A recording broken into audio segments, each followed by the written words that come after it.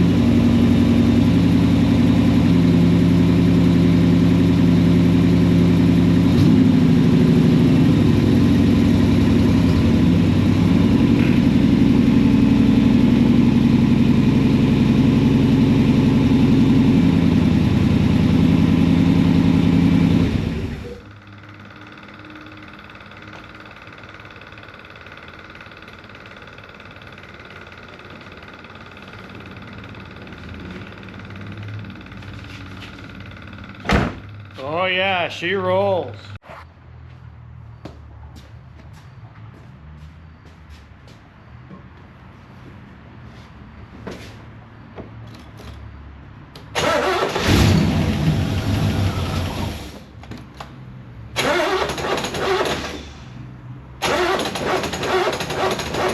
Uh-oh. Battery's low. I got a bad bat track.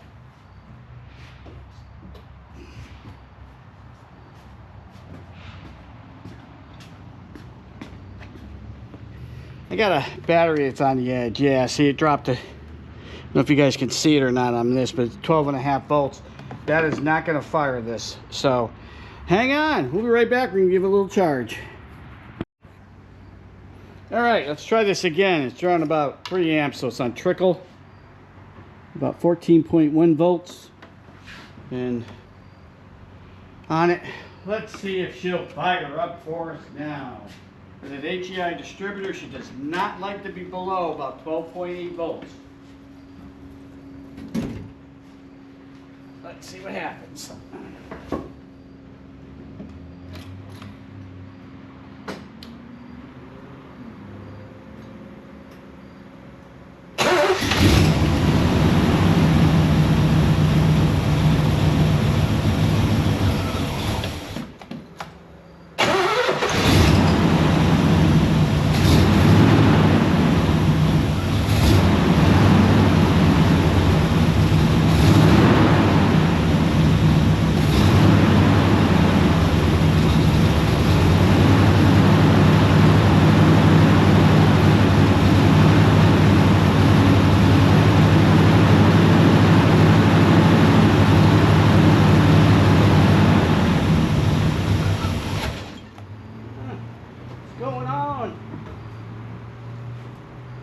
Might have her a little too advanced here.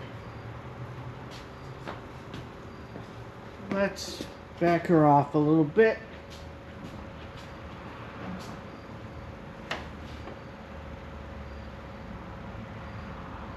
About there. See if that helps.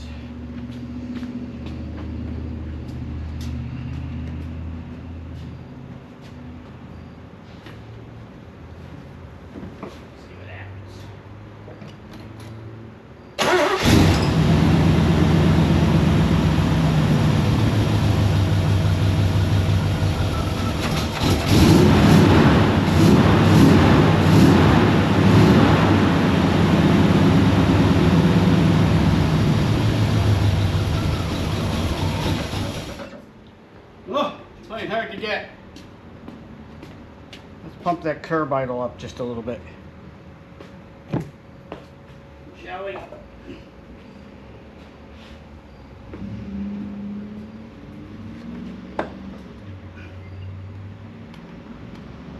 turn.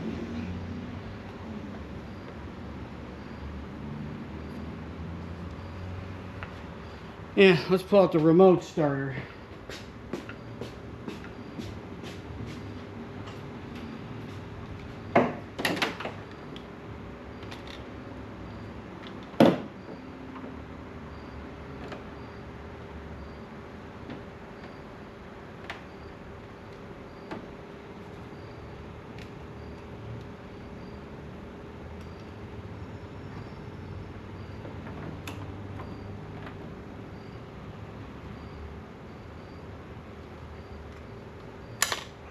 So we can do it from here and goose her if we have to.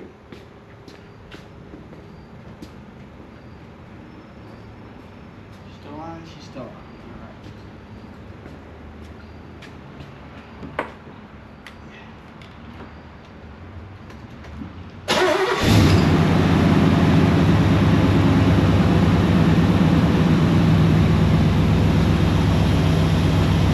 A little better.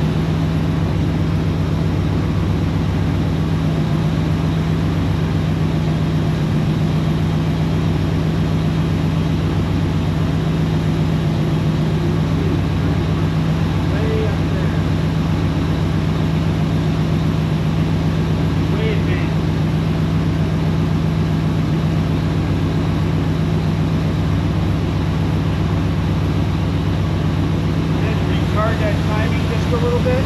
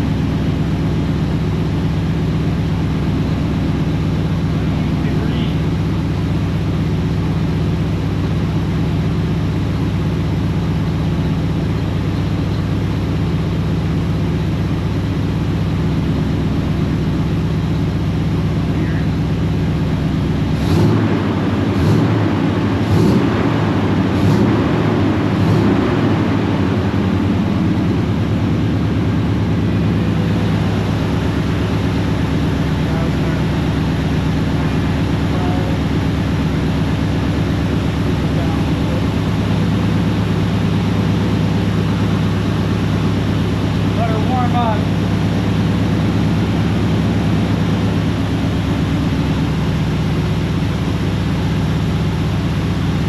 around about 950. Down about 28. That's without a vacuum man.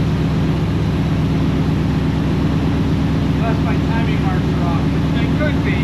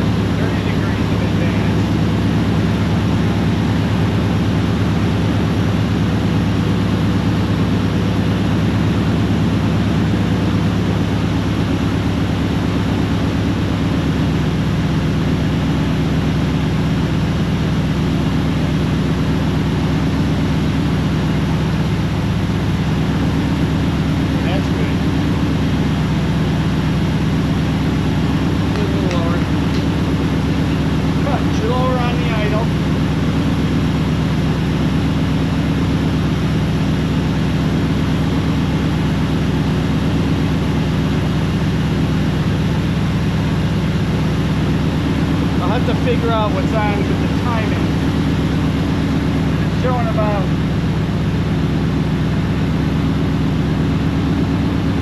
30 degrees in advance, but my mark might be way off, so.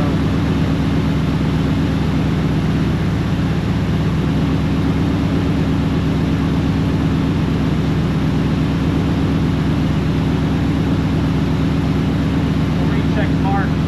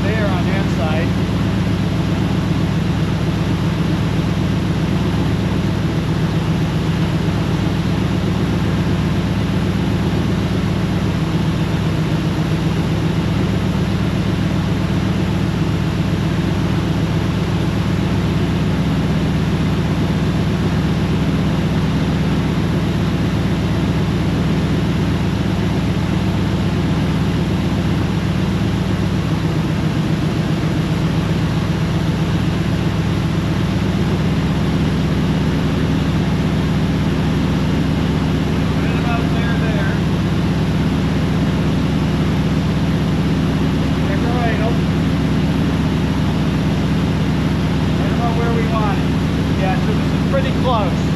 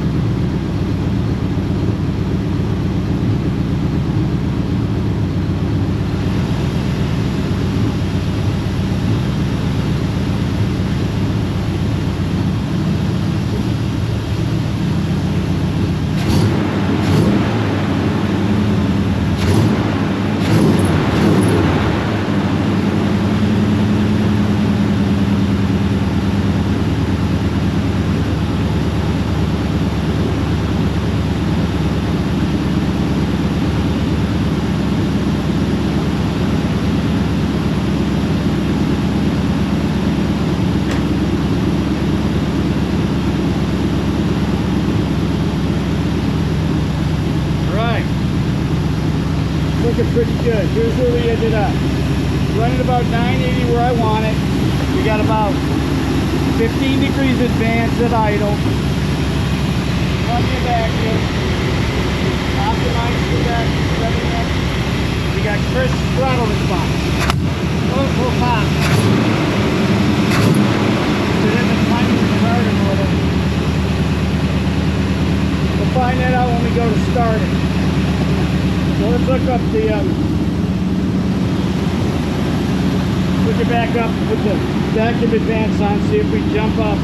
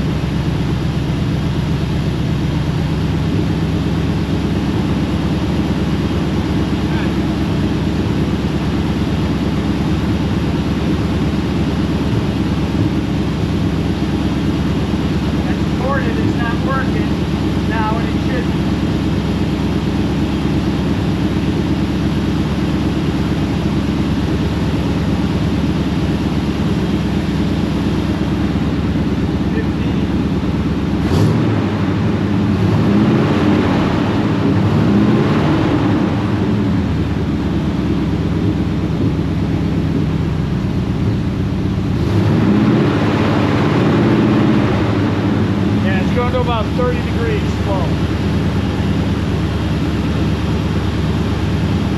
All right.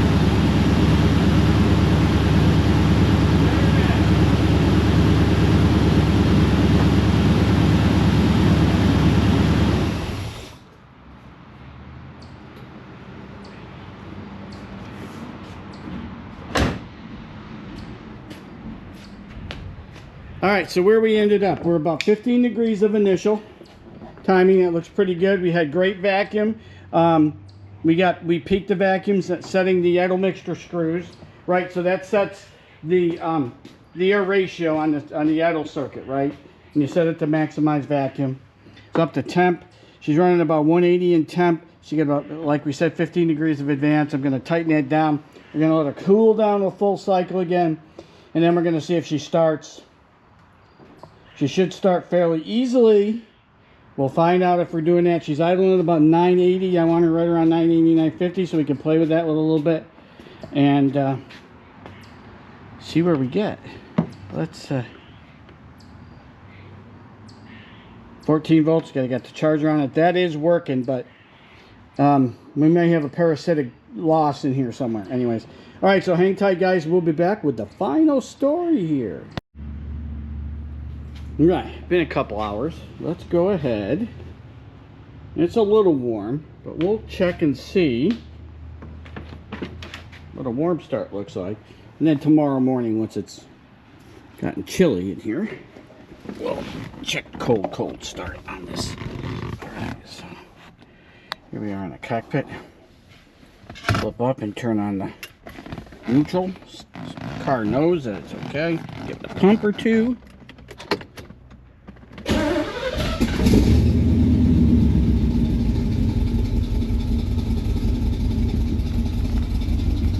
Idle right around 800, 900. Let her warm up a little bit. Lights went off. I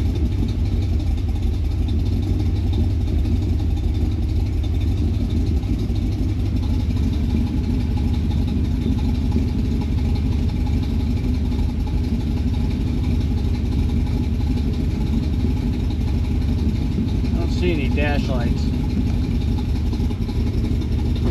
Headlights pop up.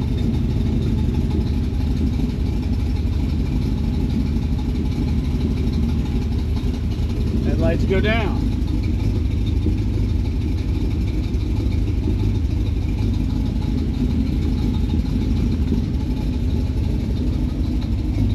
Battery's charging.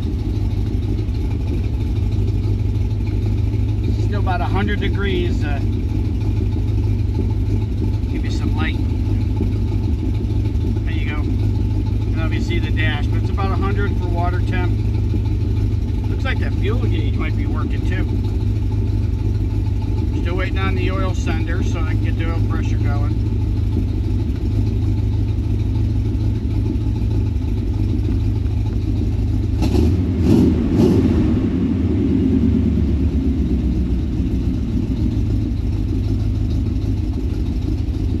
Okay, she seems to be doing all right.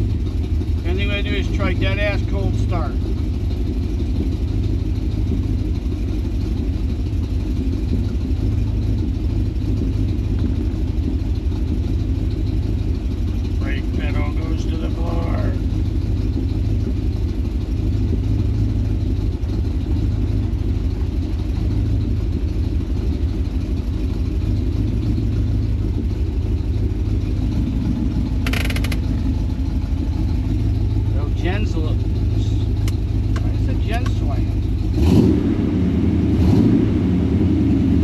Have a super good, see that gen light's blinking.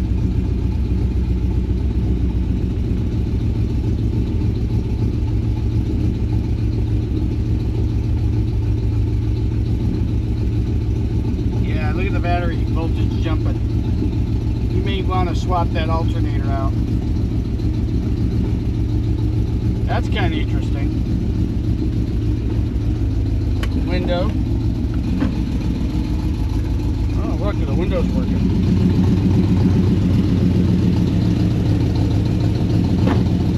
Well, nope, not quite. It's stuck. Had to work on that. How about this side? Now that one's still sticking.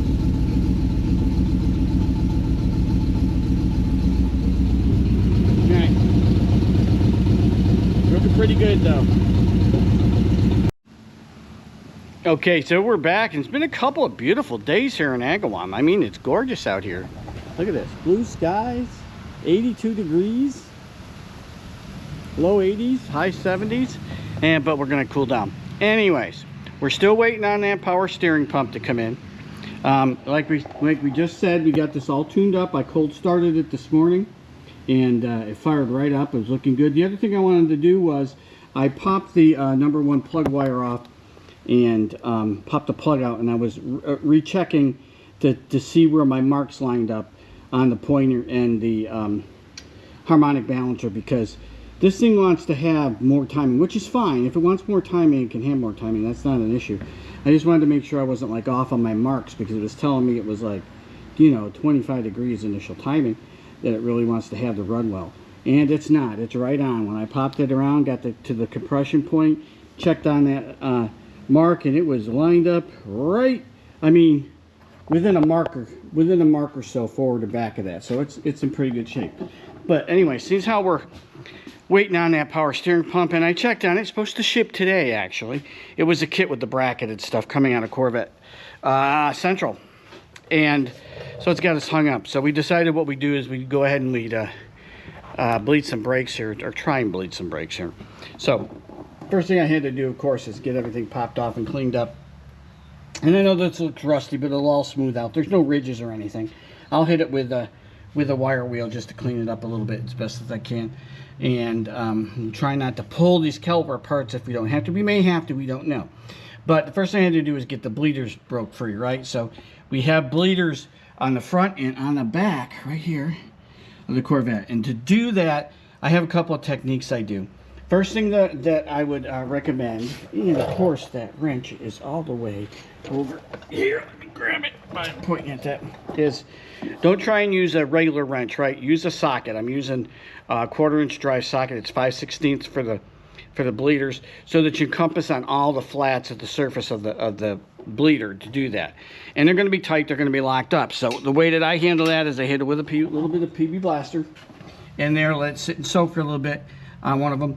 Then I take a little body hammer that I have, and I tap like this to get it started and try it. If it doesn't break free, we break out the heat, right? And I don't use my big cutting torch. I just use a little butane soldering torch for like copper pipes and stuff, right? And I just heat it here.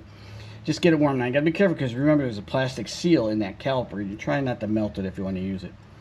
And you heat it for a little bit, and you get it hot. You tap it again. for some more to get it to break free. You put your little breaker bar with your 5/16 on, you try and get it down. If it doesn't, you tap it with the hammer. If it doesn't go down, hit it again with the heat, tap it a couple more times. And then this time, first thing I do is I try to tighten it just a little. Because what that does is if you have put a little stress on it to come down, it'll break that bond. And so you put up on it, and you go down, and it moves a little bit. Hit it with a little more sauce. Go back and forth. It gets a little bit more. Push it down some more. Get a little bit more. Push it down some more. Put some more stuff in it. Down some more.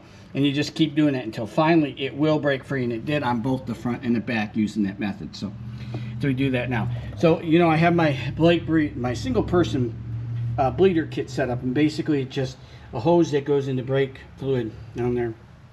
Connected to the bleeder. Open the bleeder up. And pump and pump and pump and pump. And try and pump some out and trying to pump some back to get the air out. But what I was running into is, as I'm pumping that, let me get the light off here because you don't need it to see me. The master cylinder is pumping. I can see that it's pumping, right? And this is the front reservoir. The front reservoir is going down. The back reservoir really is not going down. And I got bubbles coming up every time I release. So pump, pump, pump, pump, pump, pump. Hold the pedal, release it, and you got liquid, not bubbles, but liquids piling up. Pump, pump, pump, pump, hold it. Liquids come up when you release the pedal. Okay, so there's a blockage in the master, somewhere between the master cylinder and the back. And it could be a couple of things. Seeing how that's open there, the plastic lines on this, the rubber lines, go from the clip right in front of the wheel. See this clip right here? There's a rubber line that's right from, it goes from the frame to here, and it's pretty flexible. It's not too bad. You can see it down here. Let's turn the light on again. See it right there. It's not in bad shape, but what it can do is swell inside. That could be the issue. But I rebuilt that master cylinder. It was leaking when I initially took it off and put a new vacuum booster on it when we were changing the pedals out. So I pulled it off, I cleaned it up, you know, I honed the cylinder a little bit, put it all back together and pumped it up, and it was pumping. I mean, it bench bled, but under pressure, I'm not sure that it's working correctly. So I'm going to think about this a little bit. It's not going to hurt it to put a new master cylinder on it, put a new master cylinder on it and see what happens. And if it goes ahead and it then pumps, we know that that's a problem. If not, the next thing would be the rubber lines to replace those. I mean, the steel lines are holding. There's no leaks anywhere on the chassis or anything. It hasn't blown out a line or anything. So we'll do that. So probably what we'll do is we'll order a master and the two rubber lines that go to the back, and maybe just switch them all out and give it a shot and see what happens, and see if we can't get these brakes to bleed. I will stop at this point, close this up, close this caliper up, and we'll turn our attentions to the front brakes, see if the fronts will bleed with that, and we'll go from there. All right, so that's a quick update on where we're at while we're waiting for that power steering pump to go. Motor is pretty much set in terms of running and initial carburetor setup. We really can't tune it until we run it for a while, right, to see how it's performing is, check the plugs, see what the plugs look like, maybe put an AF meter on it and see what we got, because it may need some jetting up, it may need some jetting down, you don't know. It's fresh out of the box.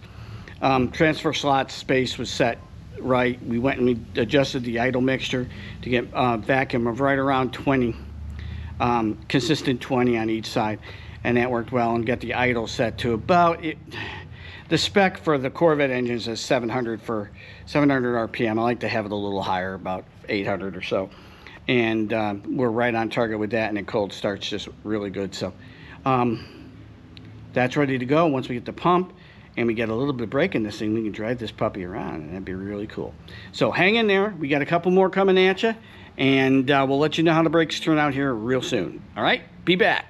All right, we're back, and as you can hear, she's running. As you can also see, she's backwards in the shop without the lift on. The reason for that is we got all the brakes bled. They're not bad. I just fired her up. That's why she's on high idle. If she's running, we still need a power steering pump, but we're not going to wait for that to take her for a cruise.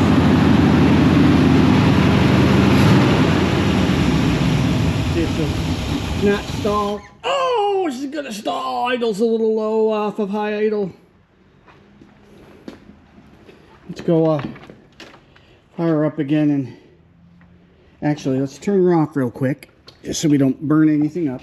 Let's give that idle just a like a little half tweak.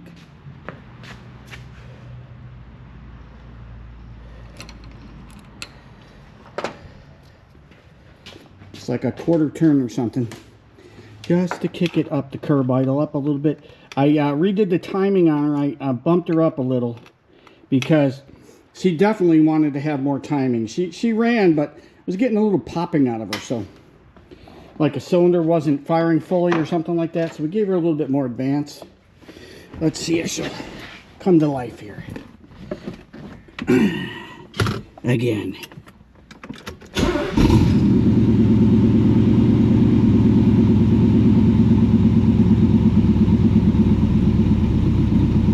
Idle's creeping down a little. All right. Take her for a ride. I'm gonna put you guys flat right here. Well, maybe not right there. Well, you know what? If I take off the back, there we go.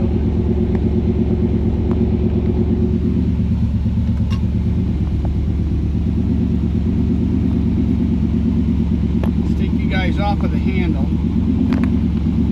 Sorry.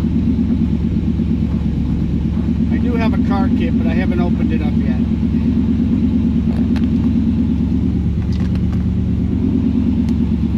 Set you guys here. Give you a front eye view. See if she'll rock and roll.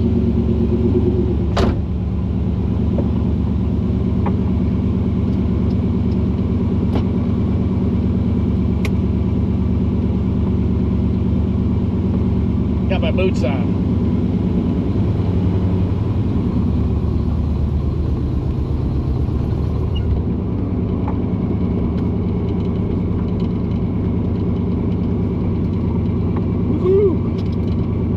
Let's see.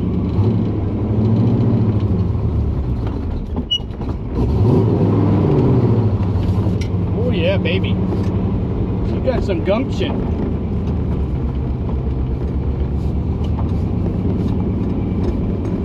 Oh, go around and take her back in.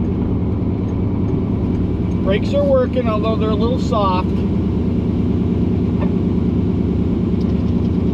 Alright, we got a little tweaking to do.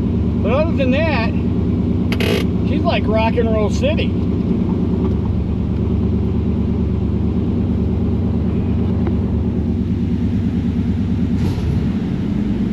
All right, so the idle's up a little high. We got to tweak her a little bit, but she's running. She's got plenty of voltage. She's coming up on temperature. She's good, so hey, we did it. She's rolling, she's driving under her own power, and all that type of good stuff. So we're going to pronounce this video as done, because what our goal was here was to get her to run and to drive on her own before the snow flies, and snow as flies. Now we can start tweaking her and making her really reliable, and that's what the next set of stuff will be. So we're going to end this one here. Hey, we want to thank you guys for watching the video. We really appreciate it for you guys sticking through the entire series to get that new transmission in, get everything on, and get her rocking and rolling. And we'll give you some candy when we go ahead to drive her and get her ready to go. We'll have that ready by spring, because we'll work on her a little bit during the winter. We are going to focus on the C30 for a little bit, but we'll be there. So thanks a lot. Do all that jazz for me. I really appreciate it. Helps us grow the channel.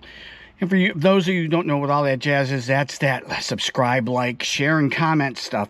We really like your comments. If you want to see something put on this thing, let me know, and we'll work it into the stuff. So again, thank you guys, and stay tuned. We're going to have more exciting stuff on Just About Anything Garage.